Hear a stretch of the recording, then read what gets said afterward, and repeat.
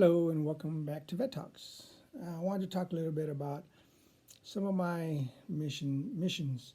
I had mentioned in some of my other videos that even though I am a forward observer, my job is to go out and pick out targets at a distance, and call in the artillery and bring in the big guns, or call in some helicopters, or you can even bring in the B-52. It doesn't, it's not exclusive to anything. Anything that flies, anything that shoots, that's my job, is to communicate with them.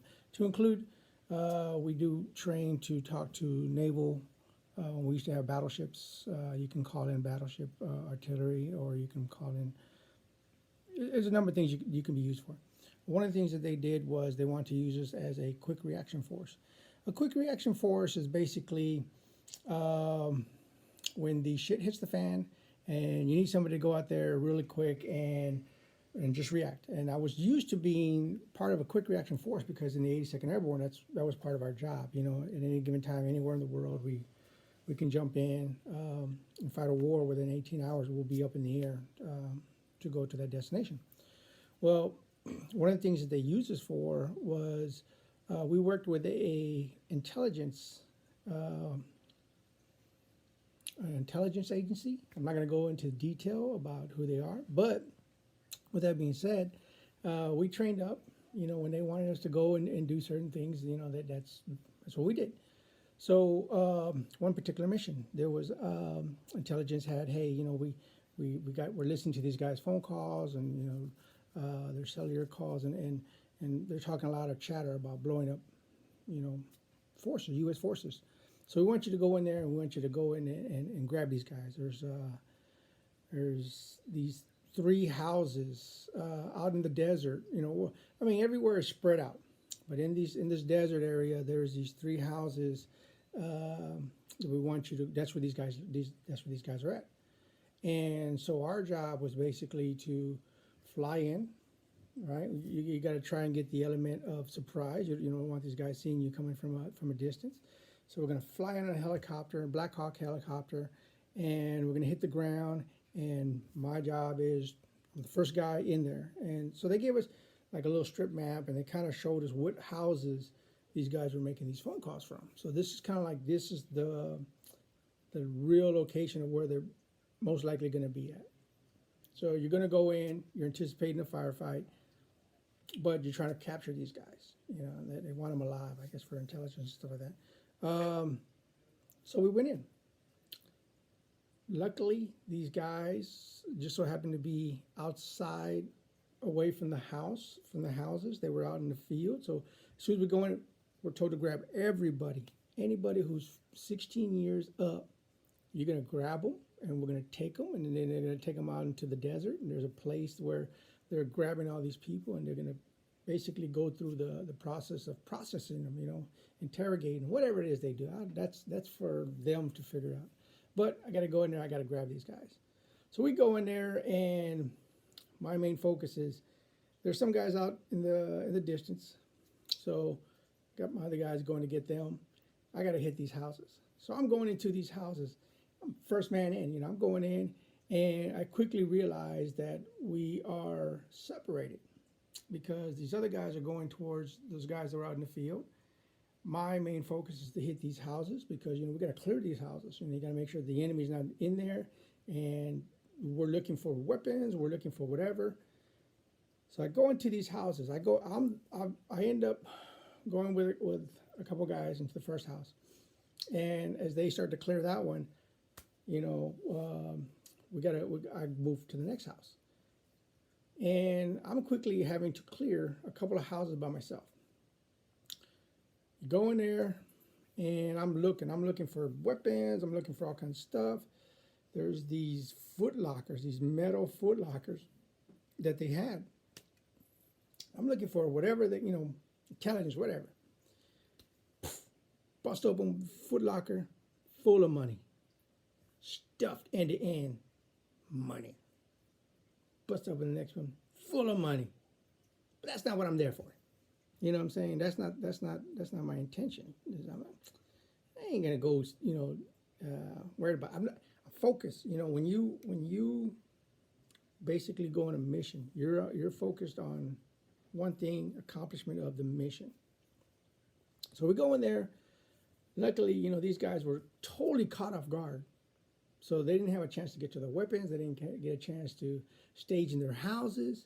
Luckily, sometimes it's the element of surprise. So we go in there, we grab these guys, we put them in the helicopters, we take them out to the destination. And these guys are freaking out. I mean, they are literally, if you could see the fear in their eyes and what have you. So we go there, and later on they tell us, what, 2 of those guys were like on one of their most wanted list.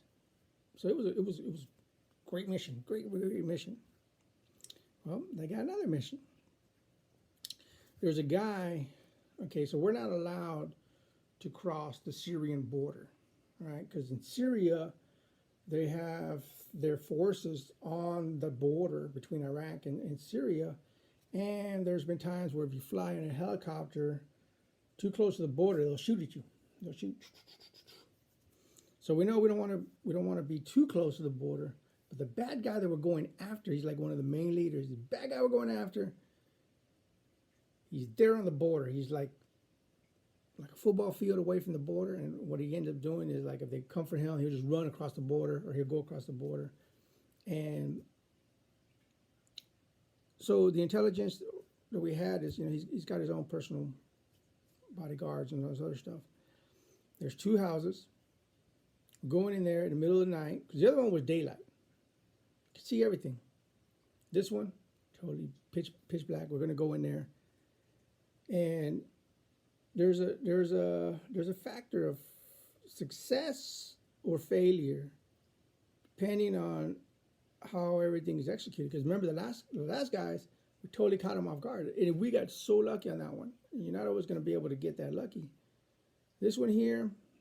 No, these guys would be waiting for something. They would be anticipating something. These guys are just, I guess, it is what it is. But, like I said in one of my other videos, usually the first man to the door is the first man shot. And that's my job. So how do you go from, like I said, you got to go into a focus mode.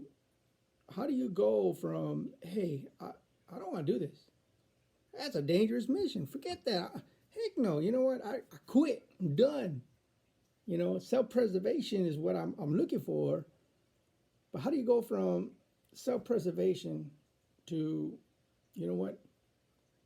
It is what it is. Let's do this. You know what I'm saying? You gotta, like I mentioned in my other videos, you gotta dig deep. You gotta pull up whatever it is you got that's gonna make you just do it. You gotta psych yourself out. We're doing this. So take us to a staging area where we're close enough. It ain't gonna take us that far. It ain't gonna take us that long to get there. So we're there. We get the word, 2 minutes. We're leaving in 2 minutes. In 2 minutes, I'm about to face death. Because that's basically what happened. There's been so many other times I faced death. I've been blown up, shot at, I never got hit, but the bullets, whatever. But how do you get past fear? What is fear? Fear is not accepting the inevitable. We're all gonna die. What was it? Who was it? Wallace, Braveheart. Everybody dies. Does every man really live? That was his frame of thought.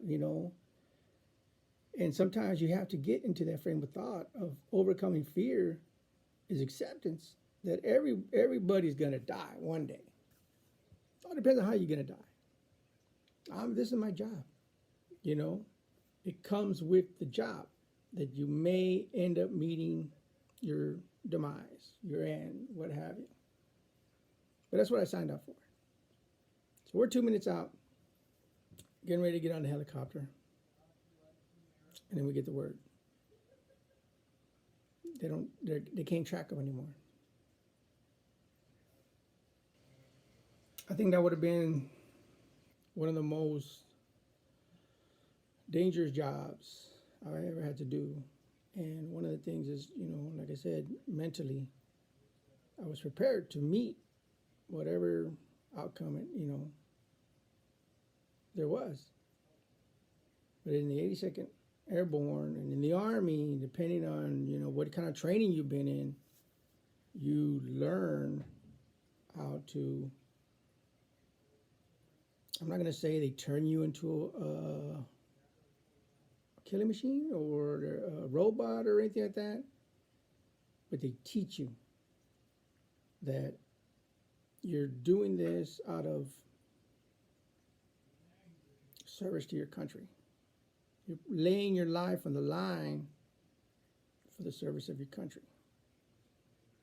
There's so many things that anybody would do for their family. If a bad guy came into your house and was going to attack your family, would you think about self-preservation? Or would you just say, no, I am not going to let you do that. I'm gonna fight you with all I got to protect my family. And that's what America is. America is our family. And we put our lives on the line for our family. We'll do whatever it takes to protect freedom. We've done it since I don't know, what was it, in the beginning. It's it seemed like we started fighting. We started, when America was born and all this other stuff, it just seems that fighting was like a constant thing that was going to happen. We had people that just didn't want to allow us to have our way of life.